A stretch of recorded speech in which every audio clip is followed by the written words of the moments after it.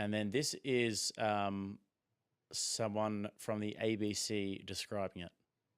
We have seen an alleged murder with such specific text messages about the alleged murder weapon, where it was hidden, how it was placed, what was on it, but also it was very touching in a way that I think many of us didn't expect. A very intimate portrait into this relationship between the suspect's roommate and the suspect himself, with him Oh my repeatedly God. calling Oh my God. his roommate. Yeah, dude, seriously. You almost just can't believe that someone says this. It's very touching. That's like now that it's becoming a romance. Two star-crossed lovers, Andrew. A Romeo and Juliet story, Jake. Yeah. Unfucking believable. Was it touching touching in a way that you didn't expect hearing that? Was that your first reaction? Sounds more Well, like my inappropriate. first reaction was sick, disgusting, horrendous. Not touching would not be the word that I would have used. No. Yeah, dude. My first thing was fucking gross. This guy's like banging his dude fucking housemate who is dressing up as an animal. Maybe he should have been in an institution long before this. Yeah, a Romeo and Romeo situation. Yeah. Unbelievable, Yeah, man. I was trying to make a really bad joke about inappropriate touching. So it was touching in touching in all the wrong ways. Calling his roommate who was transitioning, calling him my love, and I want to protect you, my love. So it was this duality of someone who the attorney said not only jeopardized the life of Charlie Kirk and the crowd, but was doing it in front of children, which is one of the aggravating circumstances of this case. And on the other hand, he was, speaking so lovingly about his partner. So a very interesting and, as Pierre said, riveting press conference, David. It was tough. Who is this guy? Dude. What the fuck, man? There's a duality there. I think can they just take any? Can there ever be any time ever where these people aren't just like glorifying the point of insanity? You know what I mean? Yeah, but I think that it is also important though to recognize that there is that duality there, Andrew. Because on the one hand, he's just blown someone's neck out, who was, a hero to many and inspired millions around the nation and the world, and the shot was heard around the world. But on the other hand, he was telling his boyfriend who dresses up like a fairy how much he loves him. And that's it's very heartwarming, isn't it, Jay? Yeah, it is. It's the kind of thing that sort of makes you reconsider the whole narrative about what we've just witnessed there. It's actually a love story at the end of the day. Yeah, I say we let him get away with it. Yeah. Like, what the fuck? Like, what is the guy's... I don't know. That's infuriating. It's almost more maddening than the people celebrating it. Yeah. A duality. Give me a fucking break, dude. You remember this guy here, Andrew? Yeah. So this is the old dude, and I guess this is kind of old news as well, but the 71-year-old audience member who was arrested at Charlie Kirk's UVU event says he told cops he shot Charlie Kirk to distract police so that the real shooter could escape. I shot him, now shoot me, he said. Yeah, he could have just been some fucking crazy weirdo. Mr. Enigmatic, I sent you a clip. I'd like to, in the last 15 minutes, do a breakdown of the clip with Jake and get his take on it. Okay. This clip that I'm going to show you is from earlier with Jack Prosovic on Charlie Kirk's channel, and he's talking to his co-host. And I happened to tune in as this exchange was going on, and I think that this exchange is a wonderful warning to all of us on the right, and I think all of you should take a look at it. And I want to hear what Jake has to say. He hits me with enough to get me to react to it. I want to actually see what he has to say watching this exchange. And this is why. This is exactly why. And I feel bad because I would tease Charlie about it. I thought it was kind of ridiculous that something would happen. I did. Really? Yeah. I was just like, there's not that many people who do that.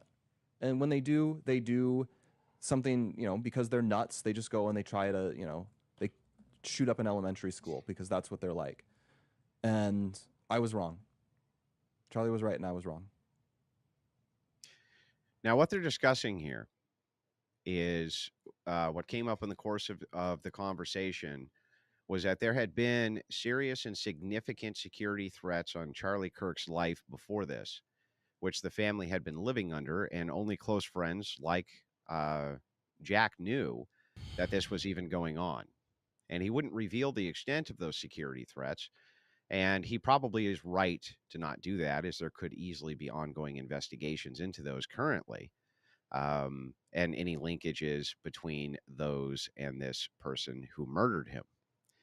But in the course of this discussion, what's brought up is that this co-host, I don't know who this guy is, he says, "Look, I actually didn't believe that this would happen to Charlie, and I would tease him about the security threat to his life. I would actually tease him about it and somewhat mock him about it. Like, oh God, you don't need that much security. People aren't going to do anything to you. You see this all the time. You're not important enough for people to do anything to, blah, blah, blah, blah, blah, blah, blah, right? Well, now he's a believer. It's too late, right? Too late. And I Yeah. just want to point this out after watching the clip.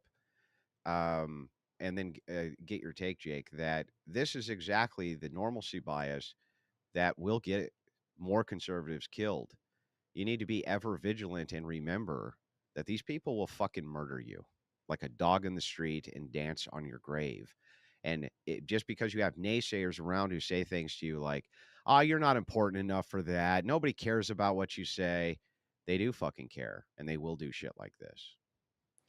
Yeah, I mean, I think that for me, I don't know, maybe I'm over psychologizing it too much or whatever, but it comes back to what I was saying before about this idea of resentment, and there's a real meaningless, like a meaning crisis going on, and a lot of these people, these sort of lunatic leftists, they have no real meaning in their life, and this is something that they attach to. They attach to the idea of leftism and trying to sort of morally grandstand as a good person because they, you know, sticking up for all of these minority communities. But these people ultimately are just fucking losers a lot of the time.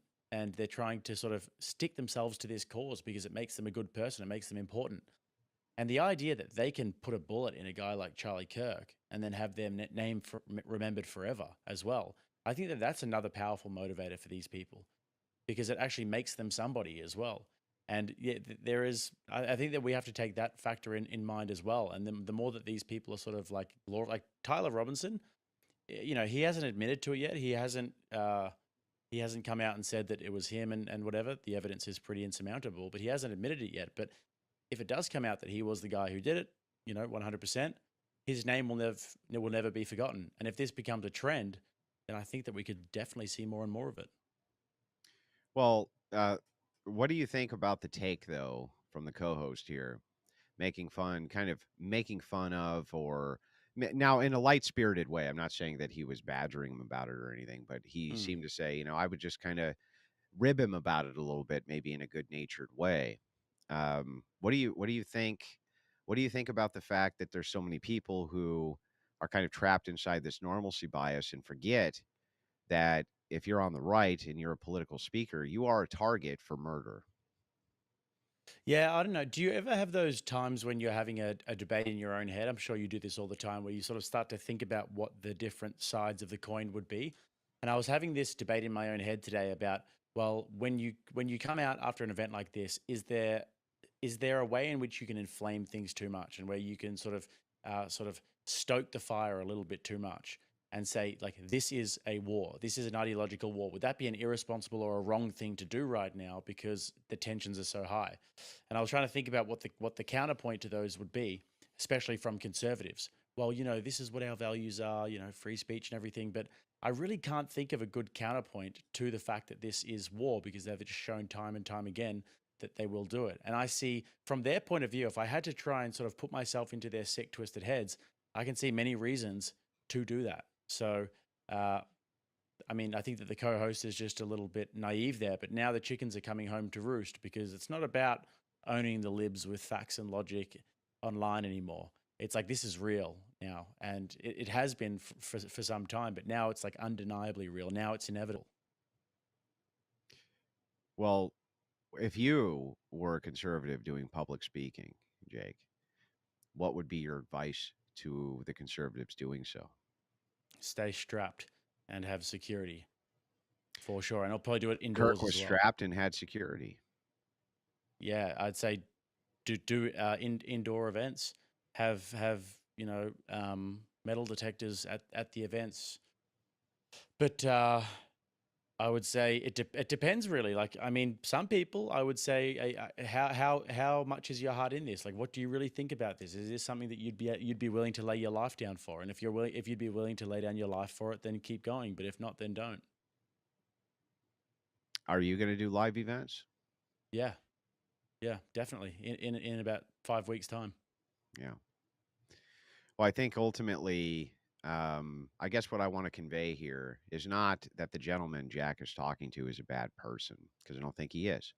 I think he was giving his friend a good natured ribbing, and that he just suffered from the normalcy bias. The old meme, nothing ever happens. Nothing ever happens, right? Well, now stuff's happening. Mm. The thing is that it's not true till it's true. In this case, normalcy bias, more than anything else, I think, um, led to the victimization of Kirk. Didn't lead to his assassination. That was pure left wing ideology. But the victimization itself was led to, I mean, there was only 6 cops there, according to the FBI that I saw during the press conference. They said there were 6. A few of them were plain clothes, which means they could have been off duty for all we know. They were mostly relying on campus PD, from what I understand. His own private security team was mostly surrounding him from physical threats from the crowd. They weren't exactly running security on the rooftops around the local area. And so the thing is that all it takes is a moment of complacency, and you're fucking dead. And you're dead. And so if you see conservatives out there and they say, look, I'm not going to do this debate, or I'm not going to do this, I'm not going to do that, because they have serious security concerns. They won't engage with people who they think are lunatics, for instance, or they won't go and do an in-person debate with people who've called for their deaths, or called for their lunatic stalker followers to harass the creator, things like that. It's not appropriate anymore to call them cowardly and this and that, right? It's very obvious at this point that nobody's going to take their security concerns seriously except them. And it's totally appropriate right now for the right to take every precaution possible to make sure that they're not the next on the menu. And that's that. And it now needs to be that way.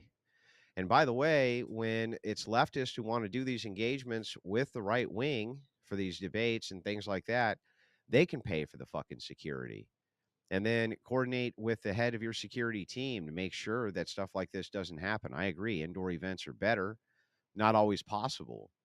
The point of these outdoor events was to accommodate thousands of people, but the security concerns now are such that I think it's totally appropriate. If you have sicko stalkers and psychopaths and things like that, and or people like Hassan Piker who are calling for the death of conservatives, and then he wants to do a debate with you, it's like maybe you should reevaluate that, because honestly, your life is now at risk. And the fact of the matter is that all it takes is one event for the cat to get out of the bag.